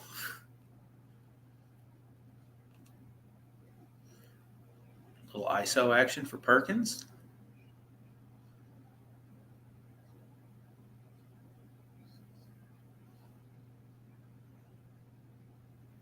Good job, Aiden. I like how aggressive Aiden Shaw's being. If you're an OU fan, I'm sorry. I've been talking for an hour and a half. Kind of reacting to the Mizzou basketball game, trying to keep up the conversation. Leave some comments, guys. If you're an OU fan, are you excited for this weekend? Do you think Brent Venables is the long-term guy? We had a pretty lengthy conversation about that. What are your favorite memories of Mizzou OU? I mean, you got a ton. A lot of them have been laughers. Just curious what you guys think, because I'm here We all know how long the end of college basketball games take, so I'm probably here for another hour. So I insist you talk to me.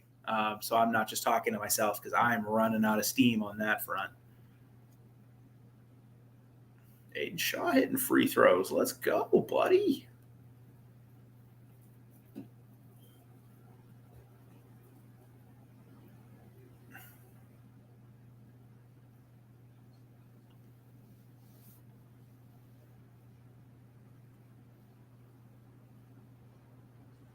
God, there's going to be some fun podcasts talking about this game if Aiden Shaw has made the leap, man. Because if Aiden Shaw has made the leap, man, if your interior, if Aiden Shaw has made the leap, is Trent Pierce is going to give you these kind of minutes, Mark Mitchell, Shaw, whatever you can get out of the center position, like you're in a really good spot.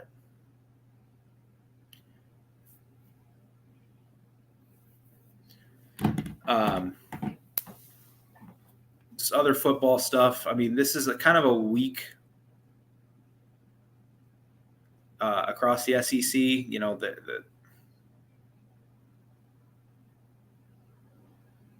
Oh God, both teams are in the bonus with 12 minutes left. Guys, I'm going to be here all night. I insist you talk to me. I still got to go to the gym too. Oh man. Let's see. Let's talk about the rest of the SEC slate. Let's keep this kind of focused on football. Florida at Texas. I did see a thing that Lagway might play, but which Napier said was a bit of a surprise because he thought it was pretty serious when he got hurt last week. Georgia at Ole Miss is obviously the big one. That should be a super fun game. If Carson Beck throws 3 picks again, Georgia's going to win that, or Ole Miss is going to win that football game. South Carolina Vanderbilt is actually super intriguing game. What did I say? This is a bad week. This is a pretty fun looking week. Timeout.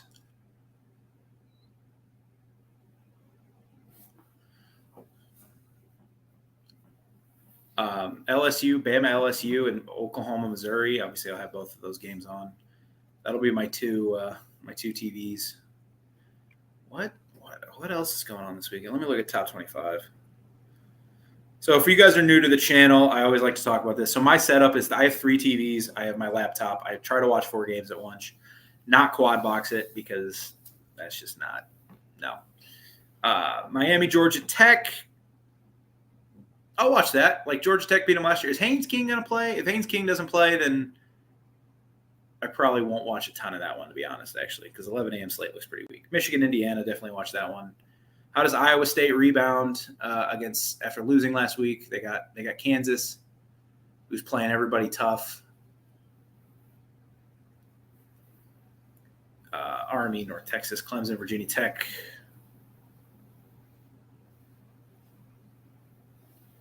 Dennis, you going to call timeout, man?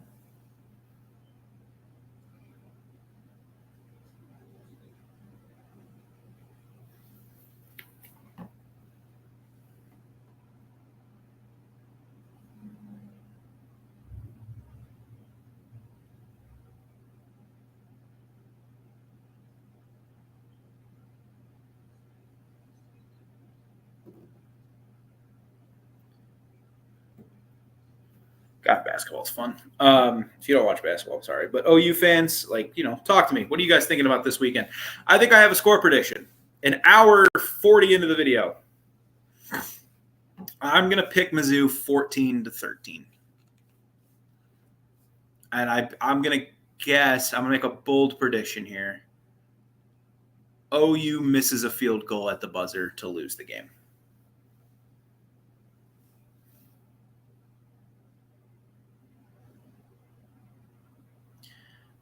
From like 50 or something. Nothing, not like a chippy, but I pray to God Mizzou fans don't storm the field after that. Who did they beat? Oh, Tennessee Tech almost knocked off Georgia in basketball. That would have been cool. I hate to be on my phone for the rest of this time, but God, an hour 40 in. Boys, I'm running out of steam.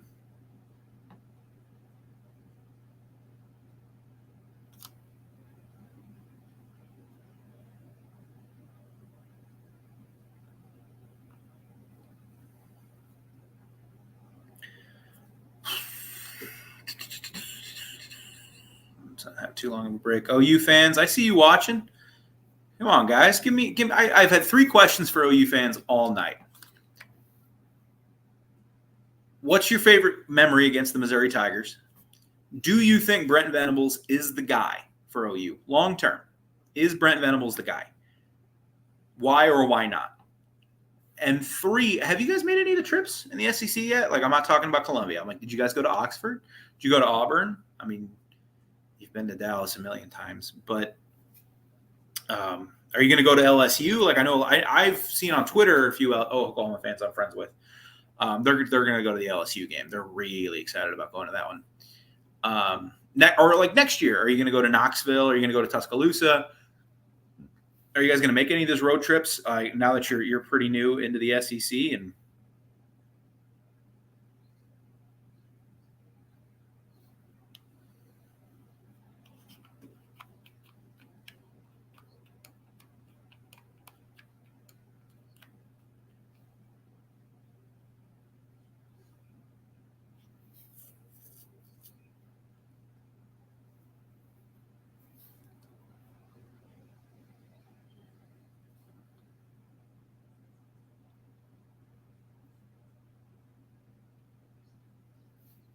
got 2 people in the chat now.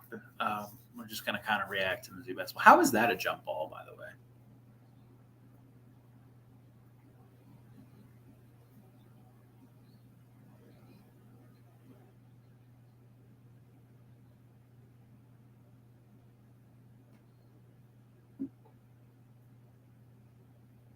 Whatever. Get a bucket here. I'm not just going to announce this game from now on. Get a bucket here. Everything will be okay. Yeah, not a great.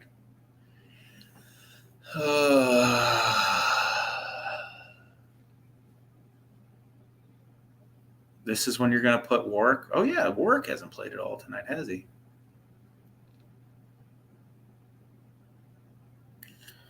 Well, here we go.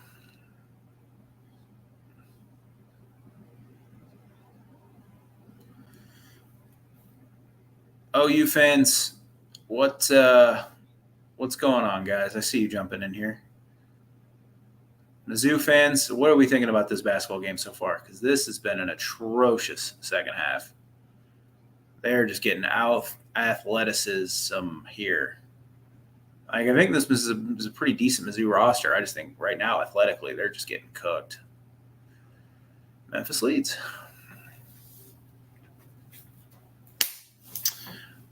Where's Trent Pierce? He played so well in the first half, and they just took him out.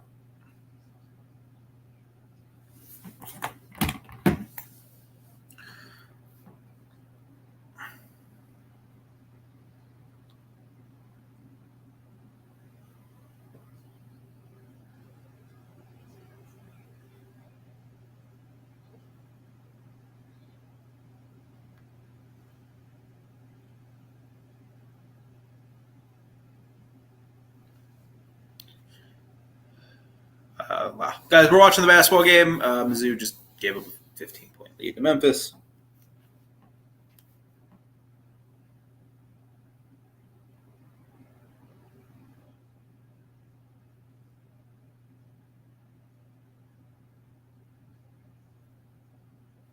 But OU fans, I mean, are you guys excited for the game this weekend? Like, before the season, this was the biggest game on the schedule for Mizzou.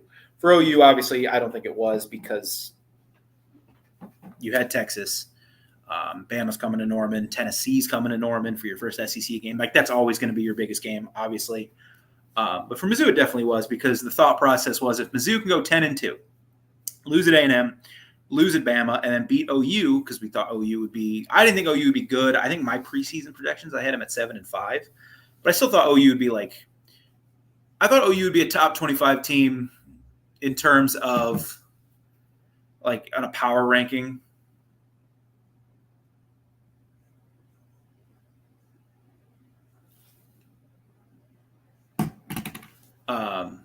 But maybe they wouldn't be ranked. But like, it's like, man, they lost to Mizzou, they lost to Bama, they lost to LSU, like they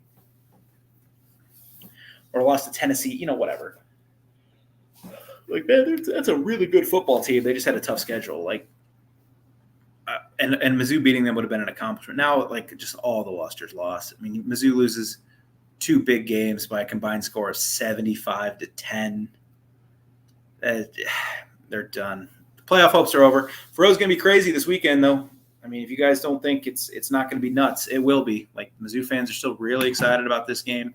I'm curious how excited OU fans are about this game, because it really does feel like if you don't get this one, you're not going to make a bowl, which at OU, I don't think that would get Venables fired tomorrow or the day after Thanksgiving or whatever when the season's over, or the week after Thanksgiving. But I can't imagine it does great things for 2025.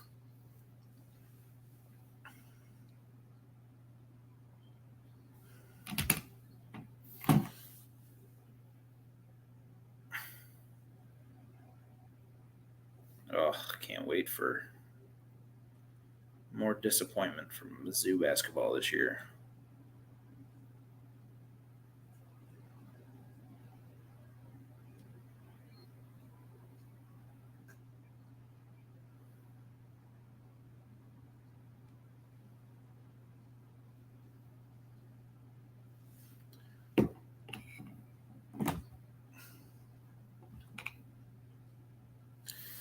And another turnover. Wonderful. Very happy to see this from the Mizzou basketball. I'm just going full Mizzou basketball, guys. I'm an hour 45 in. I'm going to focus on this.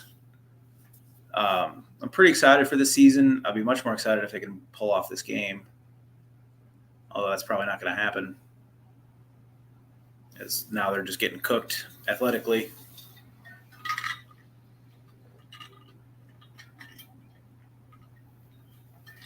Ball handling edge is gone. Perkins, I've been less than impressed with. Man, someday I'll get to be happy.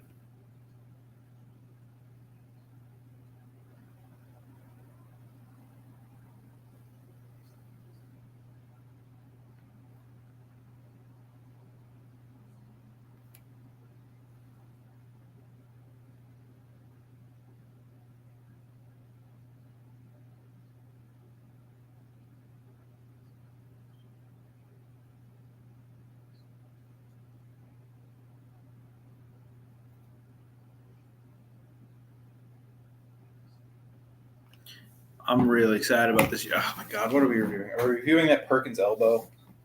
God, college basketball refs just don't know which.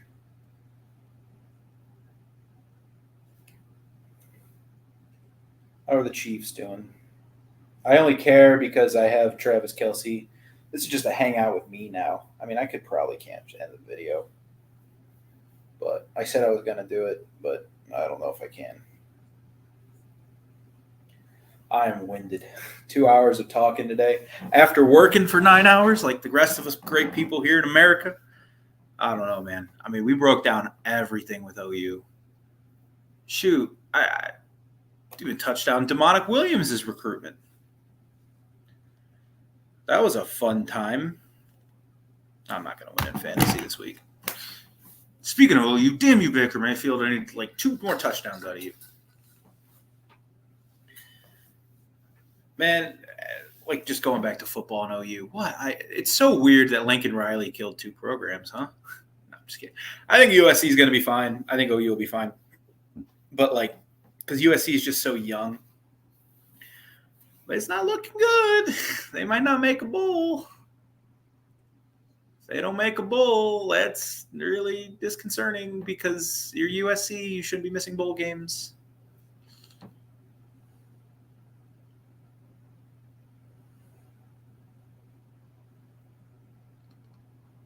All righty. I've run out of steam. I think I've hit every point I wanted to talk about. Thank you guys all for watching. Thank you for being here. This is Missouri Live. We're going to continue watching the Mizzou basketball game, but I'm going to hop off. There's nothing more I want to hit on with OU. Thank you guys for being here. Subscribe to the channel. Hope you guys enjoyed all of this, except for the last 10 minutes when I've just been kind of like, ooh, I'm tired. And enjoy your college football Saturday. We'll be live after the game, 10 o'clock on the SEC channel. OU fans, you will not see the link there. We only do pregame where, go back, watch a lot of it. I try to respond to comments, but we'll see what happens.